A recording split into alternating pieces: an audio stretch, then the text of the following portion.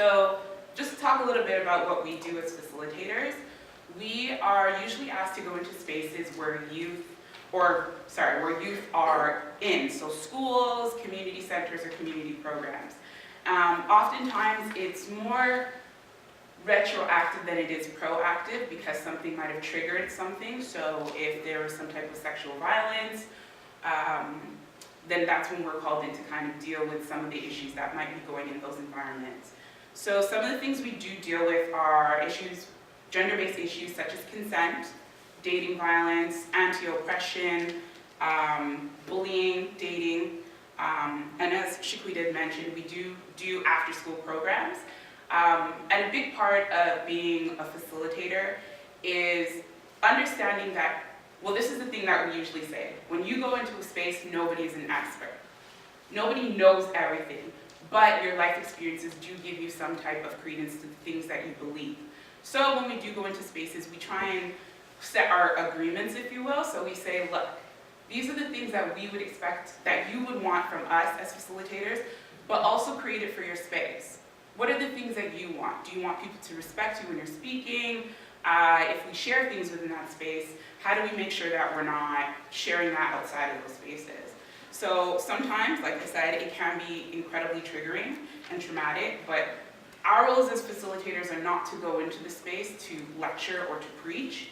It's more to create a space for you to continue the discourse or open the discourse for a lot of the issues that they may be facing.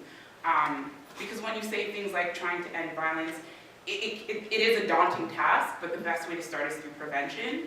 So when you're creating those spaces for discourses, especially for youth, then you're kind of saying, okay, these aren't things that just happen when you become an adult. You can be a child, you can be an adolescent, you can be a young adult.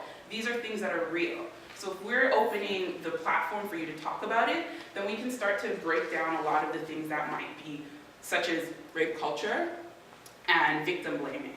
So I want to talk a little bit about some of the workshops that we do. So when it does come to gender-based violence, it is very heteronormative. And if that's a word that no one's ever heard of, I can break that down.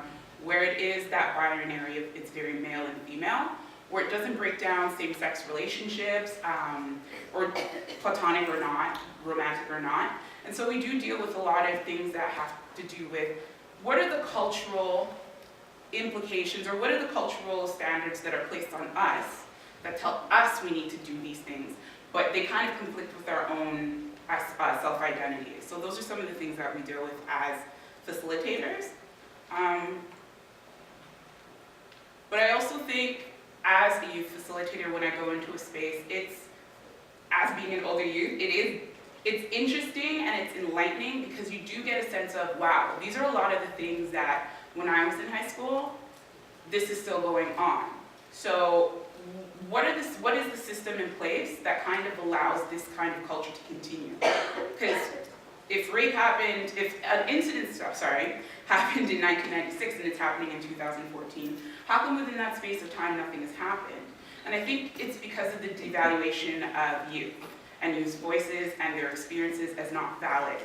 So when we tell youth, oh, don't worry about it, it's this, it's that, then we're not taking in the fact that these are real life experiences. A child can tell you so much by not saying at all, but it's just a matter of taking in, okay, something's different about this youth. Why? What's happening? So basically what these great people are doing with trying to put a focus on reclaiming spaces, which is a big thing, is reclaiming spaces. So sometimes when we are in a room, it can be difficult because if an educator is in the space, they might want to kind of do the whole, yeah, I'm teaching, but it's more of allow your youth to express what they're feeling, to ask questions.